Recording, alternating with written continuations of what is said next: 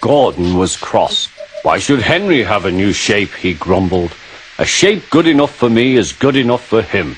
He goes gallivanting off to Crewe, leaving us to do his work, and comes back saying how happy he feels. It's disgraceful. And there's another thing. Henry whistles too much. No respectable engine ever whistles loudly at stations. It isn't wrong, but we just don't do it. Poor Henry didn't feel happy anymore. Never mind, whispered Percy. I'm glad you're home again. I like your whistling. Goodbye, Henry, called Gordon. We're glad to have you with us again, but remember what I said. Later, Henry stopped at Edward's station. Hello, Henry, said Edward. You look splendid. I was pleased to hear your happy whistle yesterday. Thank you, Edward, smiled Henry. Shh, shh. Can you hear something? It sounds like Gordon, said Edward, and it ought to be Gordon. But Gordon never whistles like that. It was Gordon. He came rushing down the hill at a tremendous rate. He didn't look at Henry, and he didn't look at Edward. He screamed straight through the station and disappeared. Well, said Edward. It isn't wrong, chuckled Henry, but we just don't do it. And he told Edward what Gordon had said.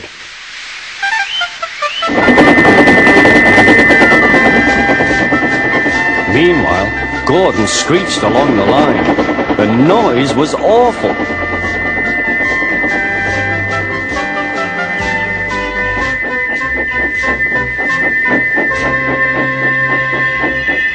At the station, everyone held their ears. The Fat Controller held his ears too.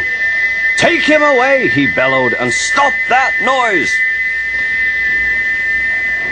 Gordon puffed sadly away, but he wouldn't stop whistling until two fitters climbed up and knocked his whistle valve in place. That night, Gordon slunk into the shed. He was glad it was empty. It isn't wrong, murmured Henry to no one in particular, but we just don't do it. No one mentioned whistles. Next morning, Henry was enjoying himself enormously. I feel so well, he sang. Trickety-trock, hummed his coaches. Then he saw some boys on a bridge. Peep, peep, hello, he whistled.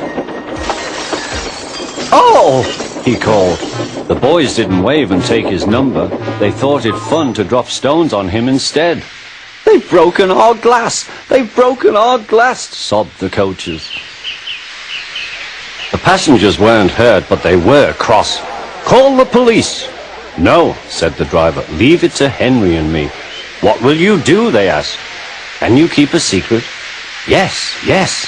Well then, said the driver. Henry is going to sneeze at those boys.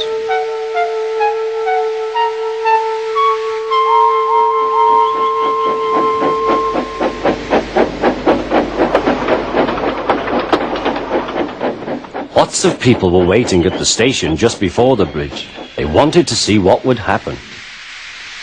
Henry has plenty of ashes, said the driver. Please keep all windows shut till we have passed the bridge. Henry is as excited as we are, aren't you, old fellow? Henry was feeling stuffed up.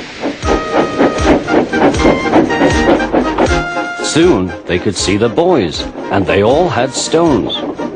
Are you ready, Henry, said his driver. Sneeze hard when I tell you. Now, he said. Achoo-shoo!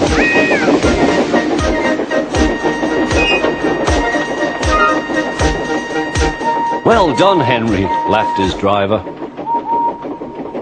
Henry went home very pleased with himself.